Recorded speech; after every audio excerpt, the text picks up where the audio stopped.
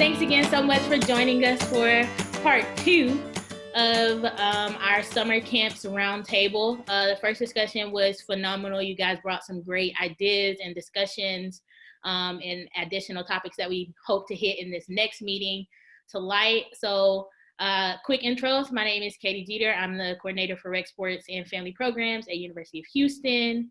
With me I have, My name is Abby Van Note. I serve as the coordinator of instructional and inclusive programs at the University of Wisconsin-Madison. My name is Janis. I'm the assistant director for rec sports and family programs at the University of Houston, along with Ms. Katie Geter. All right. So as we're getting into this, things to know about the session. Once again, we will be recording and it'll be posted on the NIRSA website under the Ideas in Motion. We will also be monitoring the chat function. So that'll be Abby and John holding that down and bringing you guys into the discussion. If you are not already, please make sure that you're muted. But if we bring you into the discussion and you're not too shy, unmute yourself, speak your piece, and then we'll proceed forward.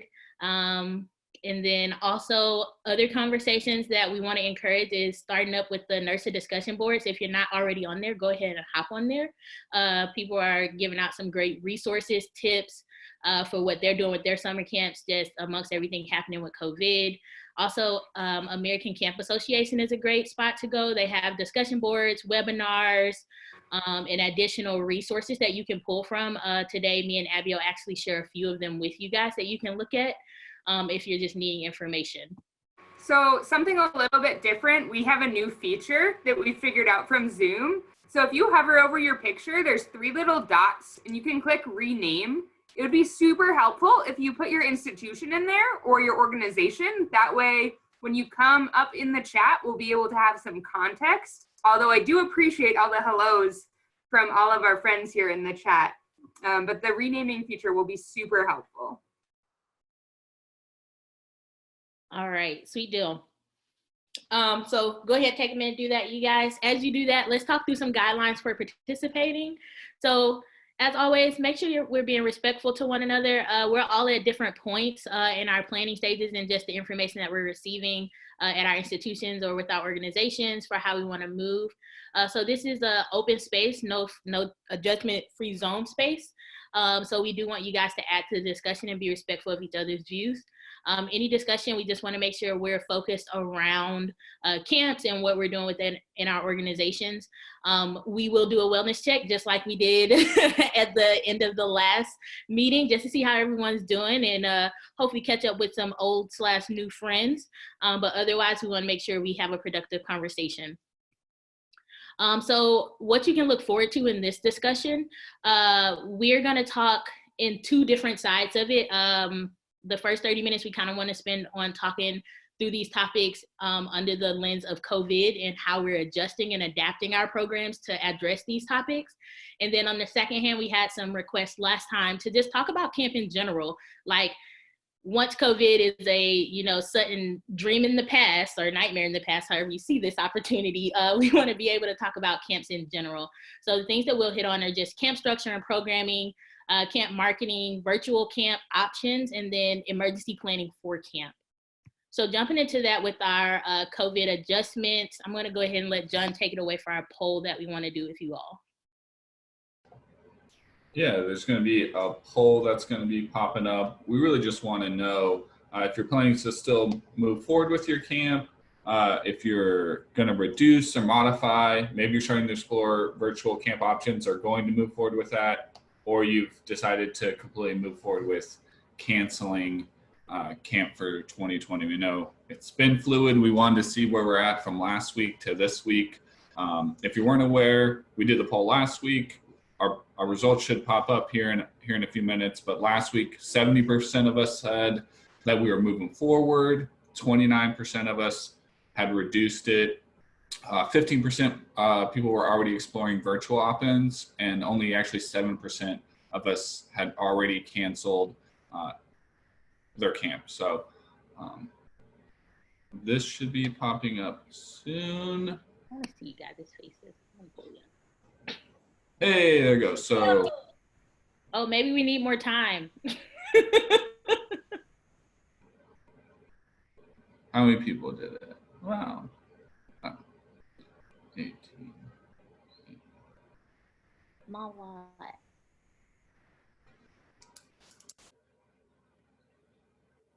Let's try a relaunch. It told me we had 85 people take it, but it No, didn't seem to calculate the results. Yeah, let's try again. Here we go.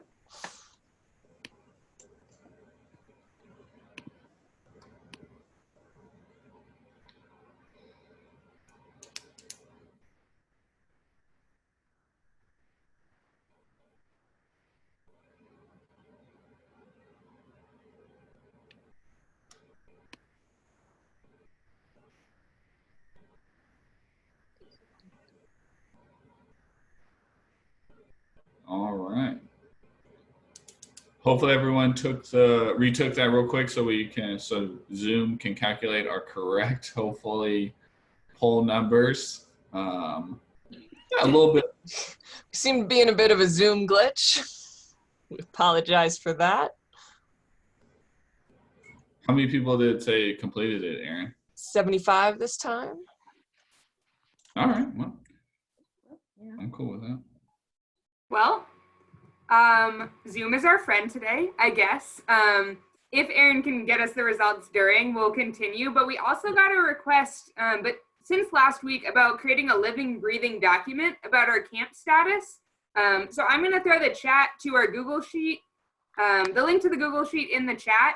This can be a place where you can give a little bit more specifics, and then we can continue to update where we are, because this is our last scheduled roundtable. That way you can see what your peer institutions are doing or those in your state. So I'm going to share that, and then we'll try to share it as broadly as we can through NIRSA Connect and ACA and things like that as well. So I was able to jot down the notes, the numbers. So even when we kind of did it twice, the last one time through 44% of you guys said that you were planning to continue, and which was a drop from last week was like 70, and we saw an increase of reduced already. And then we are about the same for our virtual, and then only a 1% increase for canceled. So that was 8% for canceled, 13 for virtual, 32 for reduced, and 44 for still planning to continue. I know for us, me and Katie at the University of Houston, hey, right now we're planning to continue, but we're like literally just waiting until next week for the university to make an official statement, which our administration has already made the recommendation that we plan to cancel, with the idea that we maybe potentially could offer something virtually. So I know we're all kind of in the same limbo boat, but just wanted to share those results with you on that part. All right. So moving forward, let's kind of talk through camp marketing. I'm going to pull up a document that you guys are going to see on my screen because I'm sharing my screen with you guys. Just about a resource that we got from ACA about how if you're trying to figure out, hey, how can I share language with my parents and like my upper administration about just COVID and the impact that it has on camp, like what type of things should we be saying? What should we on our website? To keep parents in the know. We will share this doc as well, but crisis communication is something that they share with us. Can you guys see this? Yes? Okay, sweet deal. I'm gonna minimize y'all so you see the full doc. It's something that we could share. So if this, then that are good examples whenever we're talking with them. So if parents are asking you like, hey, how are we proceeding forward?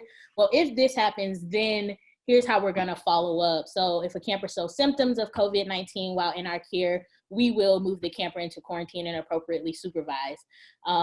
Letting them know that there is a plan of action so that they know, hey, we are thinking about it going forward. Additionally, a good statement to have that they're putting out is like, right now we're doing a very new and unusual thing with the current COVID-19 situation. It's fluid, right? Changing daily, sometimes hourly, and testing our adaptability and our patients. And I can imagine that it's testing yours as well. Like parents are having to do things that they normally wouldn't have to do with their kids, right? They're having to do programming themselves. If you weren't an educator, like, and now you're at home and it's like, hey, teach your kid this. I'm sure that they are wanting some support with that. And I know the education system and like teachers have definitely been stepping up in that realm. And I think as we come into summertime, we as professionals are gonna have to start asking the question of how do we also jump on board and rally and support our parents. So if you haven't already thought about that, I think it would be something great to start thinking about. And then the C word, so adapting our schedules and amending schedules and programs, considering opportunities to serve our community. Like I said, like if we're not already doing that, what are some ways that we can start getting creative since camp won't look like what we've been used to in the past, right? How can we start thinking about what a new normal can look like? So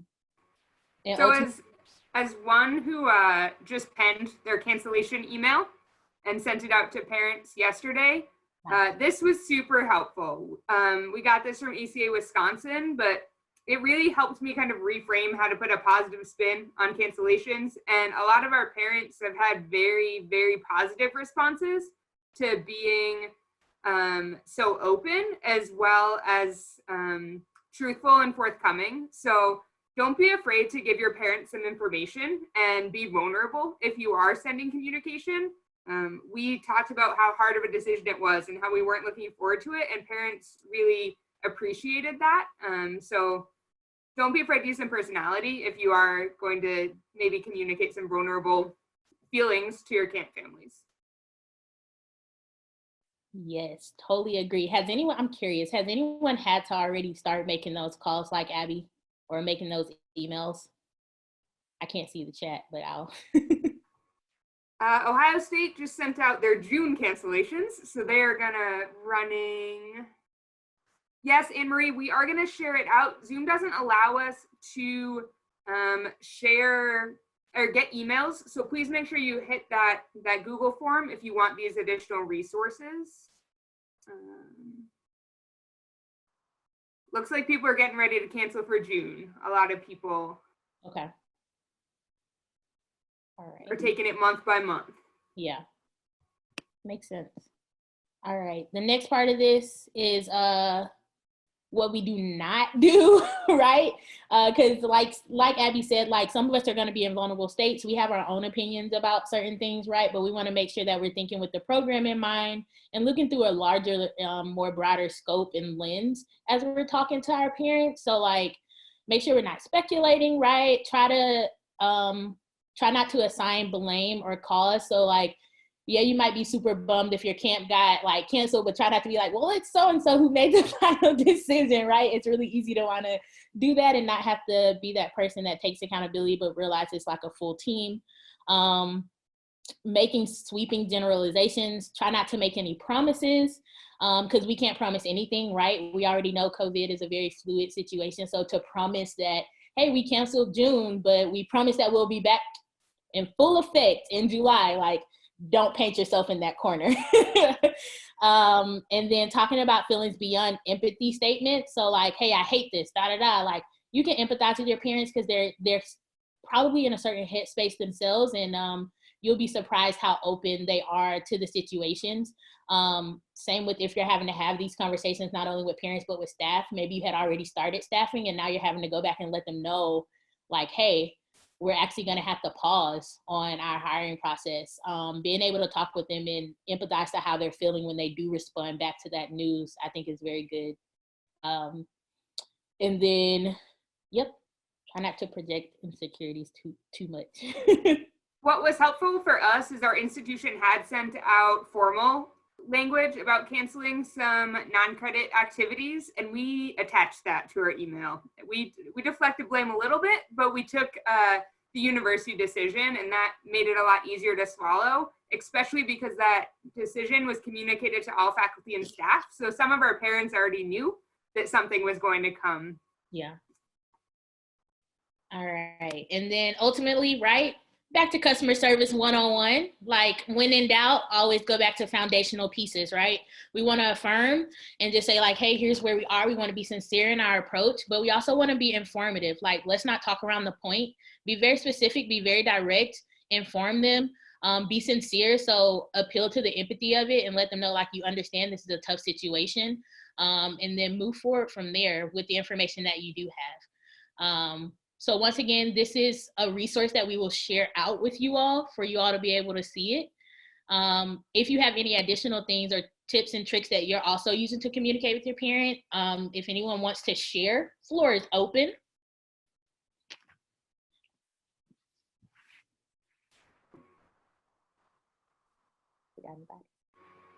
Any successful parent communication or marketing?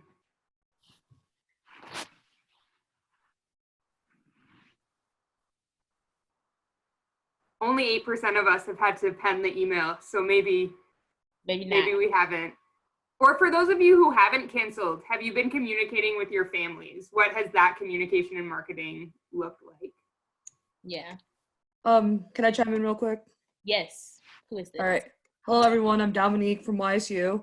I deliberately took the time to not contact parents right away because they're transitioning themselves, their kids, their whole livelihoods, and so I was very,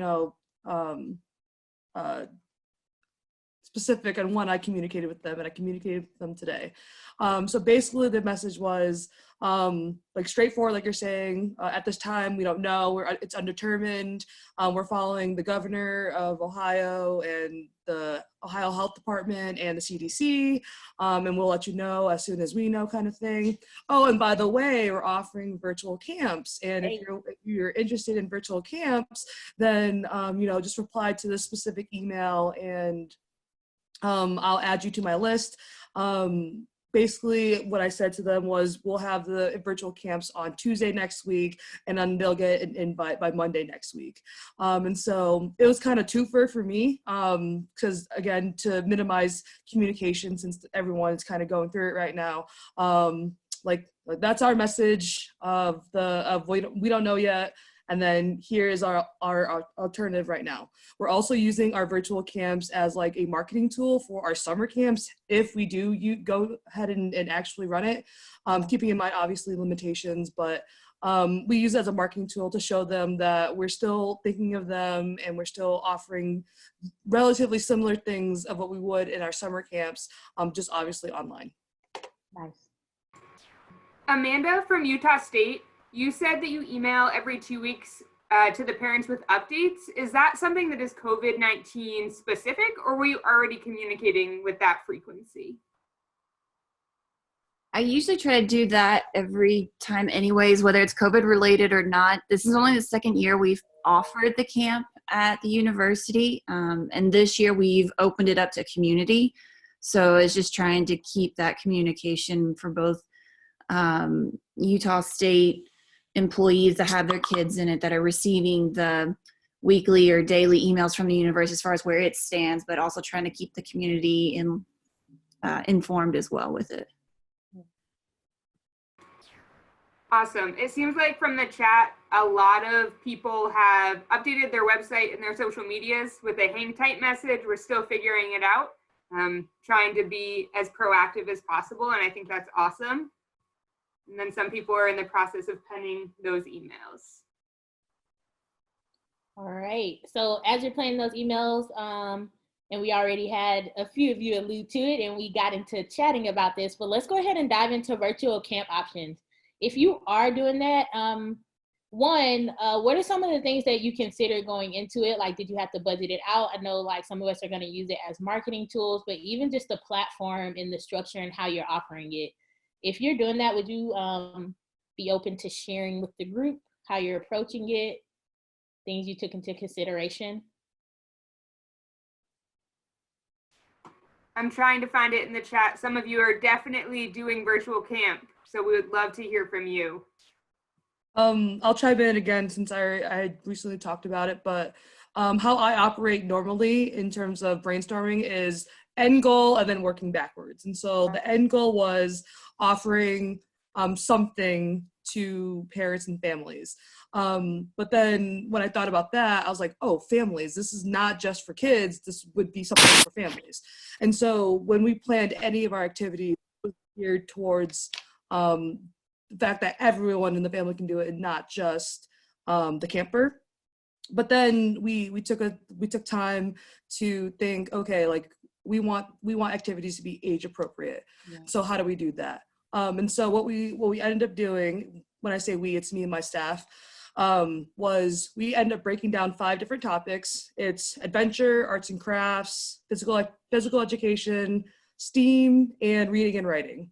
Nice. And then each of those sections either has something age appropriate or something the family can do. So for example, for STEAM, it's only one activity, but that activity is baking sugar cookies. And we provided like a recipe and the link to the sugar cookie recipe. And for something like physical education, that is age appropriate, but we did something like the floor is lava for the younger kids. And then for grades 3 to 5, we did make your own obstacle course. And then for the older kids, we offered geocaching. And so that, you know, everybody is able to do something that they want to do. And it's fun and it's exciting. So once we had our program layout, we then focused on how do we communicate this to our parents and families. And that's when kind of everything clicked together. So not everybody works backwards like I do, but in this case, I needed to know what the end goal was in order to figure out the process. Right. And hey, Dominique, are y'all charging for that? And what was their initial registration process that they had to go through in order to be a part of the virtual program? Like, how does that work? So right now we're in pilot mode, you know, prototype, if you will. And so right now it's free. And I think we're in the direction of having it free for all of our families up until we really make it an executive decision.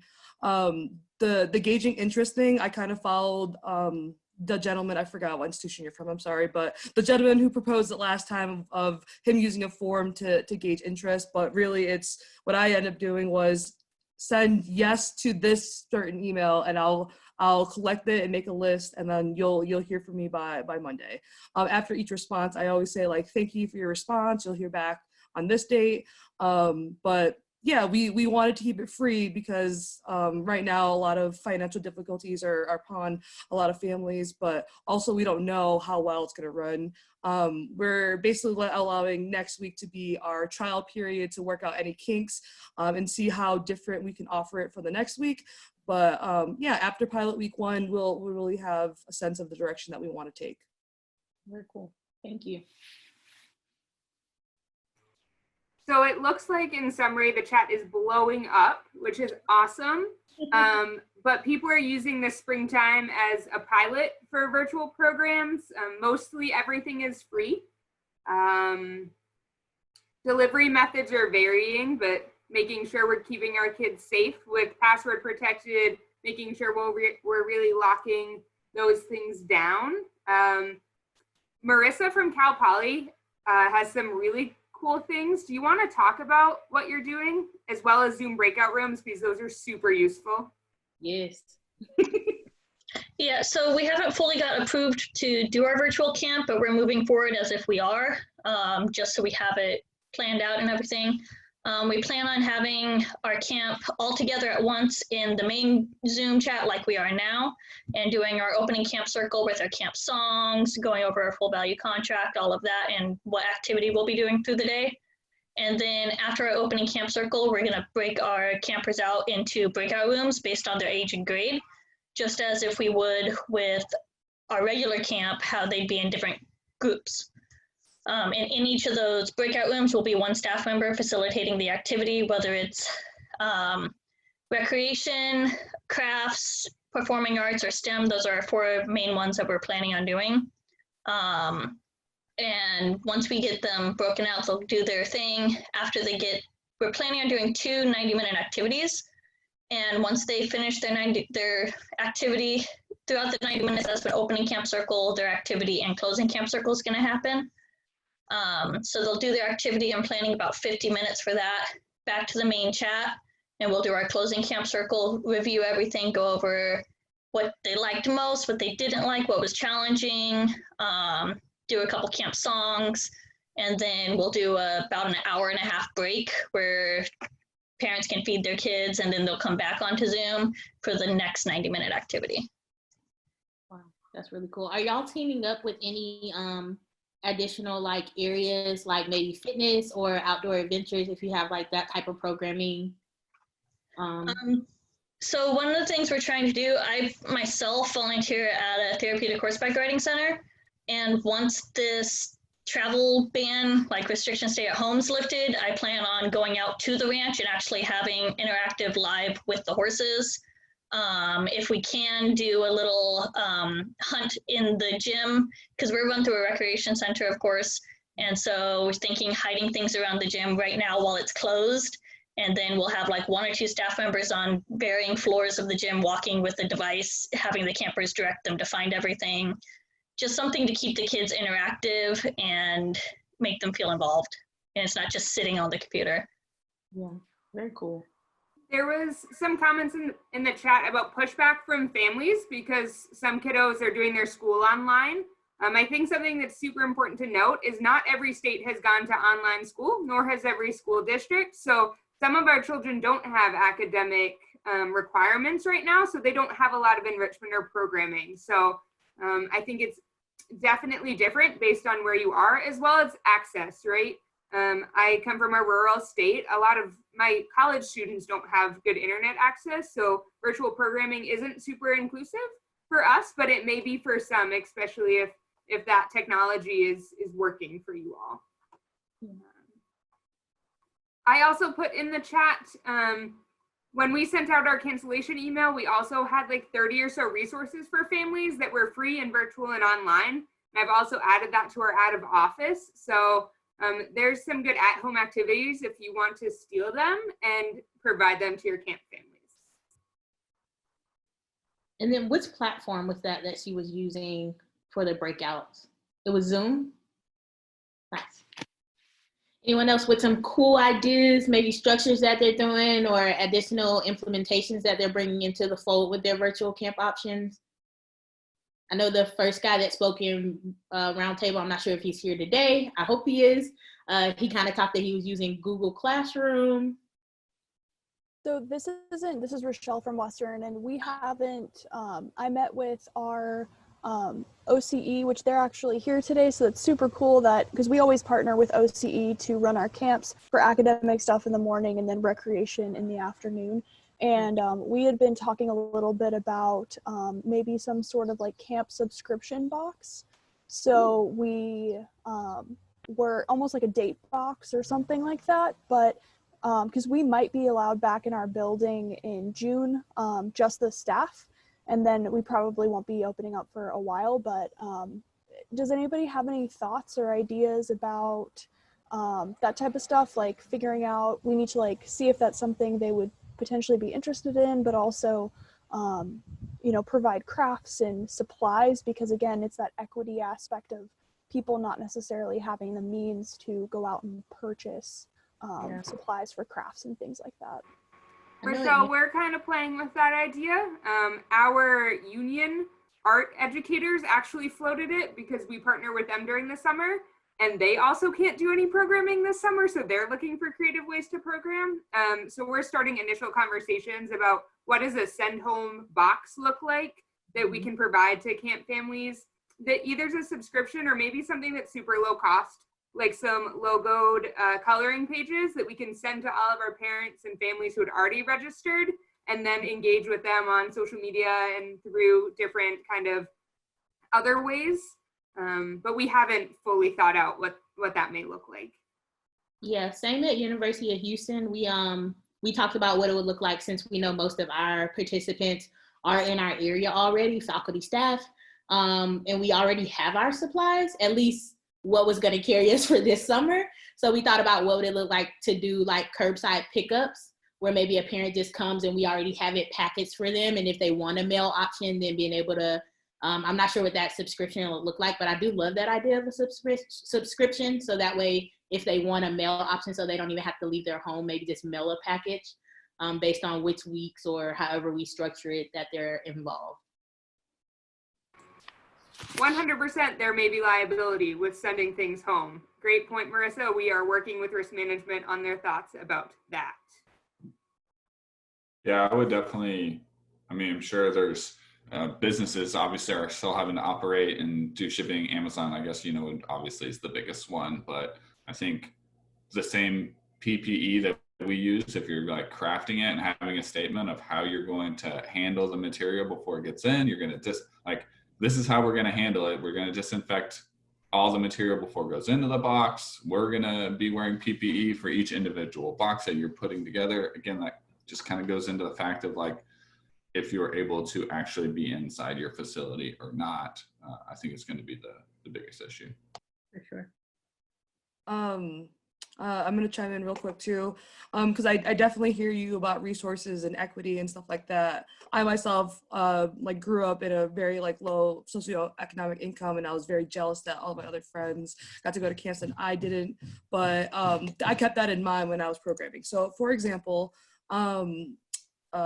with adventure as one of my subjects, one of the tasks is an ABC scavenger hunt. Basically, you go outside and whatever letter starts with A, you find that item, and then you like just write it down. And so that right there, all you need is a pen and paper. Building a fort outside using like sticks or a tarp or a blanket or whatever. Again, all of those items are easily accessible either at a park or in your backyard. Geocaching, you would need a phone for an app, but we listed, risk management, I heard that too, but we listed in geocaching, you should be with a parent or adult or a trusted guardian before you even do any of that. Arts and crafts, we basically did a drawing contest and we listed the image there to have them have a reference. Physical education, I think the only thing that we did consider is if people didn't have a bike, because one of the activities is take a ride outside, but we included bikes, scooters, skateboards, rollerblades, hoverboards. You can even walk or run if you wanted to. We challenged people to go 1 mile or 2 mile, however long you wanted to go. But basically, everything that we did to program, we provided the resource ourselves virtually without having to give anybody anything in paper or in person, such as videos, the links to the word search that we were going to use, images, so on and so forth, so that it's significantly reduced costs. Since we're offering it for free, we wanted to make sure that everything that they're able to do is free. With the baking recipe, we intentionally chose sugar cookies as opposed to chocolate chip cookies, because that recipe was a lot simpler, unless you don't have vanilla, for example. So yeah, everything that we did and everything that we thought about, we made sure that it was accessible. You needed little internet. The most internet you would be doing was looking at the assignments, but everything else you'd be doing outside or in your home. Thanks, Dominique. Sounds like you're very intentional about how you're setting all that stuff up. That's really awesome. For the sake of us staying on track of the timeline, and we want to talk about some general programming as well that you guys have requested, I'm going to kick us into emergency planning adaptation. Yeah, so we have a resource for that as well, if I can find it. Here we go. All right, so some of the things that we're talking about is like want to know more about coronavirus, but even more so in that, they talk through like what if full-time seasonal, have traveled, high risk, like being able to pre-screen and ask those questions, like adding that into like the interview process, just as we're bringing in staff, and maybe even if you're doing like registration processes, if you're still meeting in person, or even just looking and considering to go to July, have you guys started looking into those features and figuring out like, hey, how are we going to address that? Can we take temperatures? That's something that also is addressed here for once we actually are intaking them. So if you're like, hey, July is a go, the kids are coming in, what are things that you need to be doing? Like, do your staff members need to be wearing masks at camp? Like even past that, just as an added level of safety, compensations, all of that jazz. So we will share this resource with you guys, but I'm curious, because that is a risk management piece of it.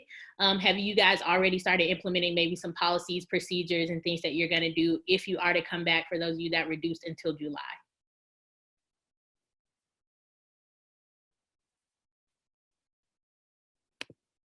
As we preface this in the chat, please make sure you're working with your local health officials, your campus health centers, CDC guidelines, all of that, to make sure that you are meeting both federal, local, state requirements, campus requirements on this, because I know every campus is kind of taking different approaches.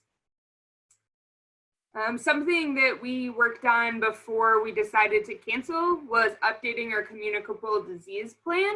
So we already had this in place about communicable diseases and what defined a communicable disease. But something that was recommended was to only have a certain temperature threshold and no additional symptoms as a communicable disease. And that would put our communicable disease protocol into place, so that child or staff member would be quarantined. We'd have to have families pick them up within a reasonable time frame, and then they would not be allowed back to camp until 24 hours after their symptoms had ended. Obviously, we know COVID-19 is a little bit different, so we were looking at what our COVID-19 communicable disease plan was going to have to look like.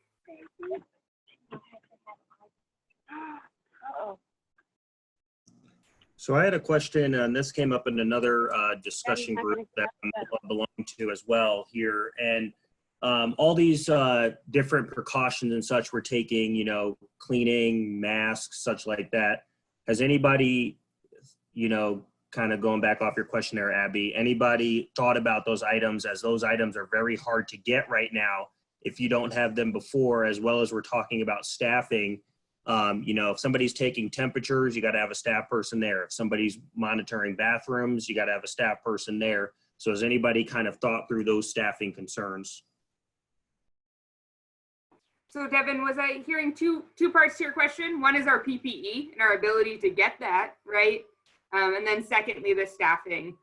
Yes, that's correct. Awesome. I know for us, we donated all of our PPE and all of our facilities. We were asked to for public health. So that's a consideration, not just for summer camp for us here at Madison, because that's a consideration to be able to open any of our spaces. What we have done is we've gone ahead and reordered, but let it known that we are not essential, right? We're not a medical service, and working with our providers to say, hey, we would love to get this back in our spaces, but we recognize that we are a low need compared to our hospitals.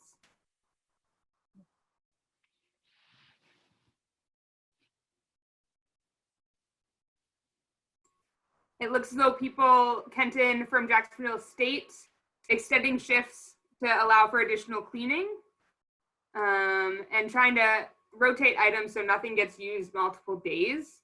Kenton, are you still open? No, we have a lot of meetings.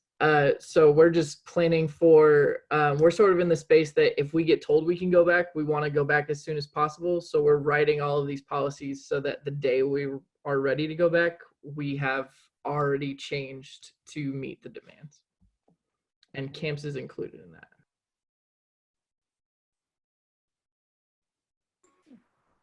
Devin, I know that our health center for residential camps was planning to overstaff by almost 30% before all of this hit, just with camp nurses. And that was in the first week of March when they had that 30% number. So I can only imagine what their number would be now if we were going to continue to program. But I know that about 45% of camps overstaff anyway in their hiring in a non-COVID-19 year. So that number, I bet, is significantly going to be higher, knowing that staff may not be able to come back. What happens if they have temperatures or show symptoms? If they're traveling right now or they're at home in a high-risk area, what's their ability to work with children? So those are all some considerations for staffing.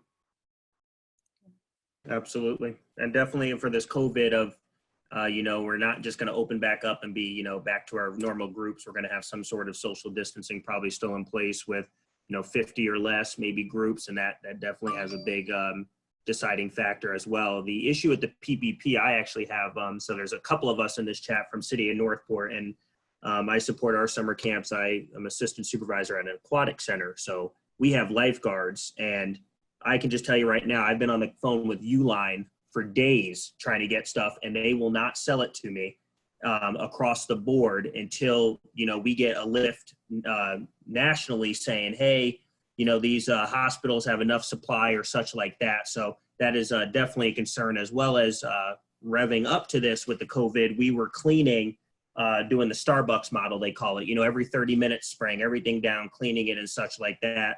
I definitely think, you know, for us, we work for a local government here, and we have to be very transparent with the numbers to the taxpayers there. And, you know, so our staffing there, typically, you know, we may get 3-4 additional staff on top of that. But like you said, somebody gets COVID, is out for 2 weeks, that additional staff person becomes a counselor, you know, this person, such and such. So. Yeah, so additional things for us to work through. And I want the chat to continue going, but as of right now, we're going to go ahead and dedicate the last 19 or so minutes to just general camp planning. So once this is a distant thought, COVID hopefully has has finally cleared up a bit. And I'll also preface that if you're like, hey, I don't want to talk general camp, totally your choice to go ahead and log out. If you're like, I want to stay on and maybe still kind of ask a few of those questions while we also talk general camp, also, we encourage you to do that as well. So just thinking about like camp marketing, staff recruitment, because I'm sure after we come out of COVID and we are able to finally maybe next summer return back to what looks like normal, even coming back in, maybe that marketing looks different to parents because they will experience something very new. Does anyone want to kind of dive into that conversation?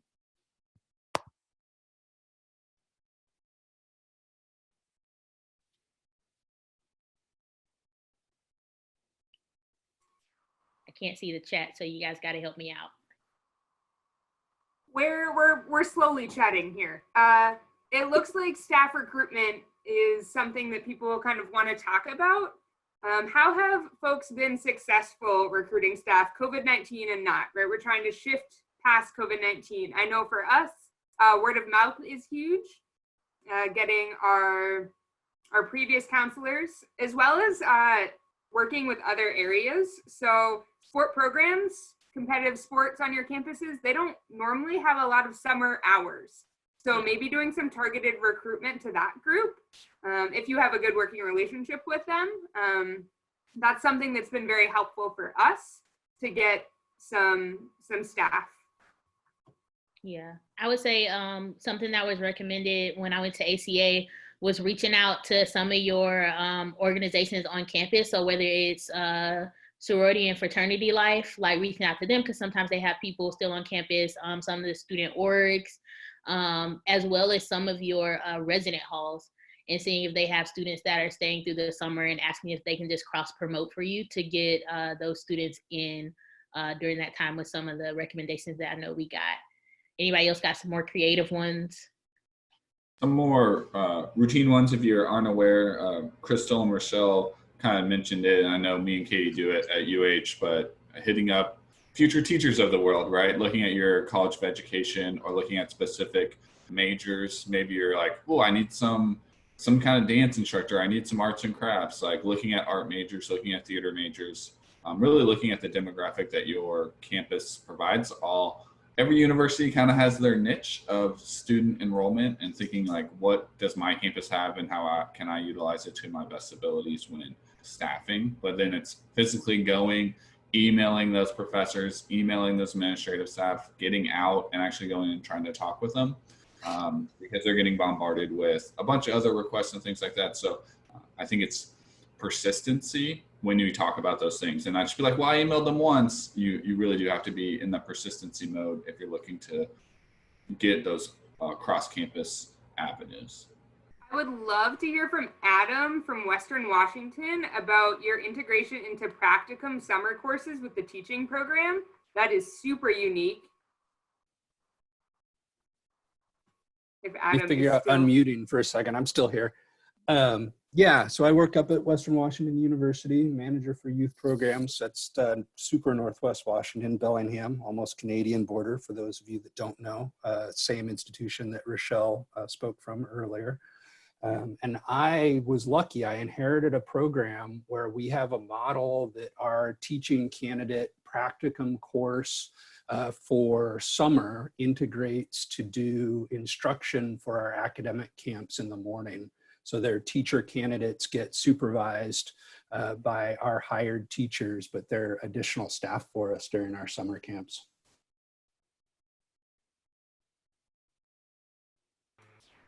Awesome. That's really cool. And I think in my experience, those partnerships that you can build with our partners on campus, especially the very deep ones that tend to give students academic credit as well, is helpful. I know my institutional landscape, a lot of our students are very focused on internships during the summer and practicum experiences. So the ability to give some college credit through working is really helpful. And I think it's also in their recruitment. How do you sell camp? How do you sell the skills that they're learning? How do you sell that this is a meaningful experience? That's super helpful. And then that can help build a culture around student employment as well.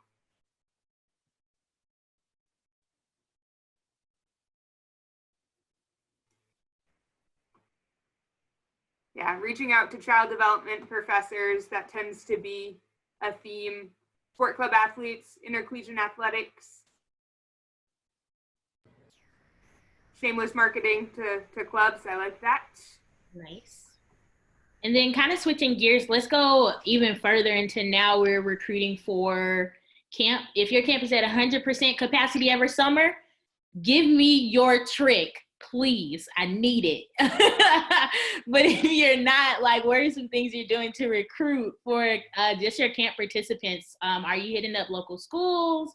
Do you have schools on campus? Like, where are you marketing your service so that you can start drawing in those crowds? Nick Pangea, where are you at? Ohio State has a huge Yes. camp program that I think always fills. Yes, we do not market purposely because we fill too quickly and we have such a high demand. For the past 3 years, our system has crashed because we have such a high demand. And a lot of that is because we have over 40,000 employees at Ohio State.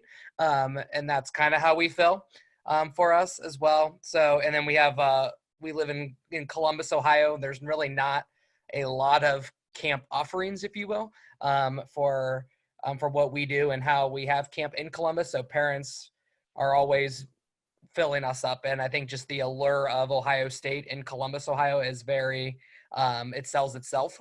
So for us, our issue is to try into how we spread out registration because it's just so demanding for what we do. So now I think Ivy sent my parent emails about canceling in June, and then their biggest worry was, am I on the priority list for next summer? Because I don't want to lose my spot for it. So for us, it's just we utilize our hospital, our units on campus to just get the word out for parents. But for us, we're fortunate enough to not have that issue right now. Nice. There's a lot of you out there that fill it 100%. That's wonderful. Oh, wow. Fact staff, it looks like, is the primary target group. Fire distribution to local high school or school districts tends to be good. We got asked to come to parent teacher night this year at our local elementary school.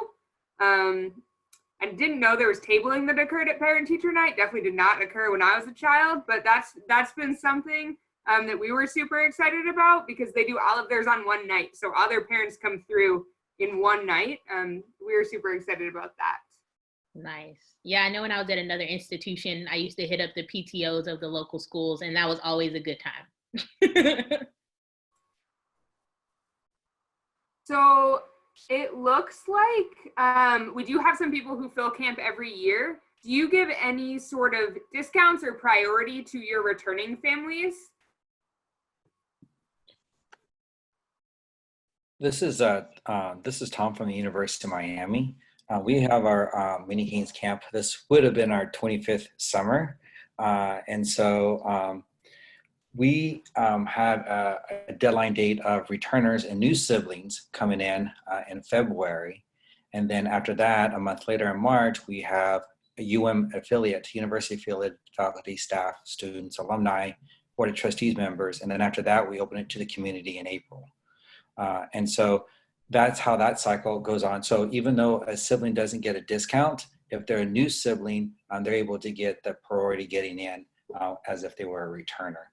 The only discount we currently have is if they're a member of the Wellness Center at the Rec Center, so they would get a discount. So, you know, it's like, it's a benefit of being a member, a paid member.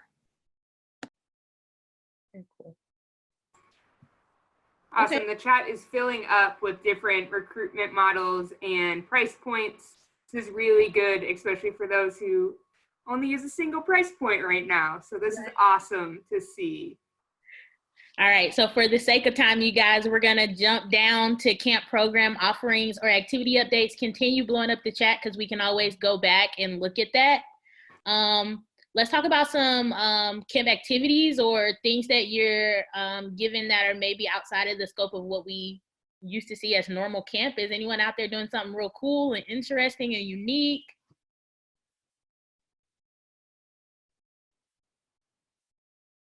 Or maybe have a super unique campus partner that you work with. I'd love to hear about that as well.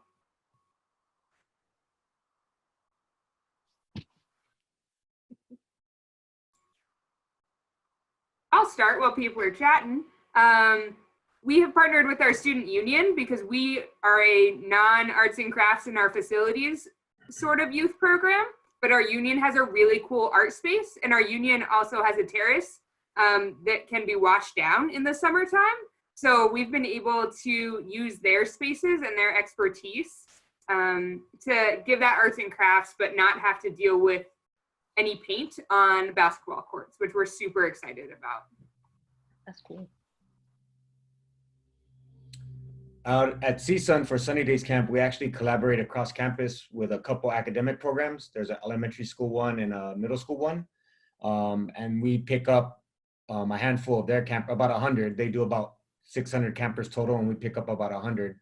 So we pick them up when they're releasing at 12:30, and then they come to us and then do the fun stuff in the afternoon. So they get their academics in the morning and then come to us and do our stuff and get picked up with us. So it is a lot of collaboration with the other programs and with their directors, because we have to have our roster and our pickup, and then obviously they get dropped off and sign in there, and then they get picked up and released from us. But it's been a good partnership, and there's a lot of parents that obviously can't get away to pick up their kids at 12:30.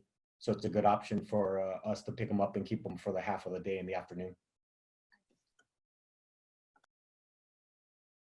Hi, I'm curious. I'm Courtney at the University of Houston. I work with Katie and John pretty closely. I'm the fitness coordinator, and I'm curious to see if any other programs partner with fitness and some things that you are doing. We've tried some different things. We've done some gamified activities, but we're kind of looking for other ways that we can partner, and also ideas that anybody has for taking the program virtually. Are you doing live classes for your campers? Anything like that? For Sunny Days Camp, we do, the rec center actually falls under the union in our structure. So we do some of our stuff in the union, and then we go to the rec center for the active side.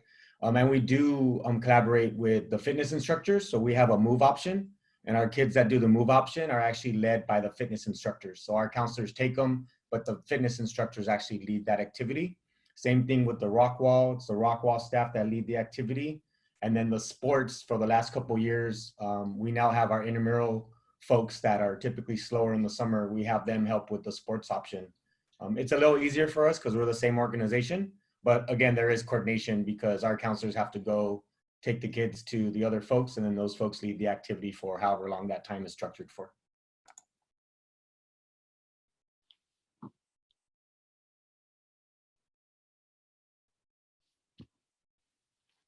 All right, you guys. We're gonna keep moving it forward because we don't want to miss out on this opportunity. For those of you that participated and brought some of those great ideas, continue sending those great ideas. Hopefully going forward, we can start maybe some additional discussions, maybe even a group here or there through NIRSA to really continue with this idea meld. But we did want to ask, would you like to see another summer camp roundtable in May as we get into the summer? As those of you who are planning to hopefully do one in July, there should be a poll popping up here for you in just a moment to answer that question. It's a yes, no. They're throwing yeses everywhere in this chat, Katie. It looks like the chat says yes. Yeah. I don't even know, Rochelle, what number that is. There's a lot of zeros. 10 million, 1,000%? I don't know. That might be a 1 billion%. Oh, okay. I'm kidding. Yes, that could be it. So if you, there's the poll. There's your poll. Please put it on there as well. Now, all you haters who say no. We'll find out. Just kidding. We won't know who you are, but we will know. We know that camp is, You better not say no. we know that camp is an ever-changing thing. So with it, we appreciate, a whopping 100% said yes. Yeah. So if you were one of those lucky few that said yes, if you would feel comfortable also stepping into leadership and maybe being one of our beautiful facilitators, we do welcome you to jump in line for that, to help out as we continue to just connect as camp professionals. Additionally, we never want to leave you without resources. So please make sure that you're still exercising these resources, like get on the NIRSA Connects. There's still the COVID-19 summer camp discussion board that's happening. We also have, start a new discussion if there's additional topics that are coming up that you're like, hey, nobody's talking about that. And then American Camp Association is also one that if you want to look at that one, they have, like I said, webinars, discussion boards, resource centers, everything that you need to hopefully support you and help you through any of those questions. We're down to our final 3 minutes, but the floor is open for any added comments, concerns, questions.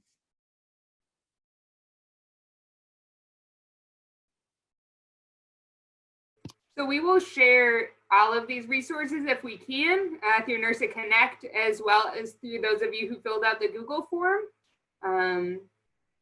We want to make sure that this is as wide as possible, and we also know it's ever changing. So if your camp status changes and you can refill out that Google form, that'll help other people make informed decisions.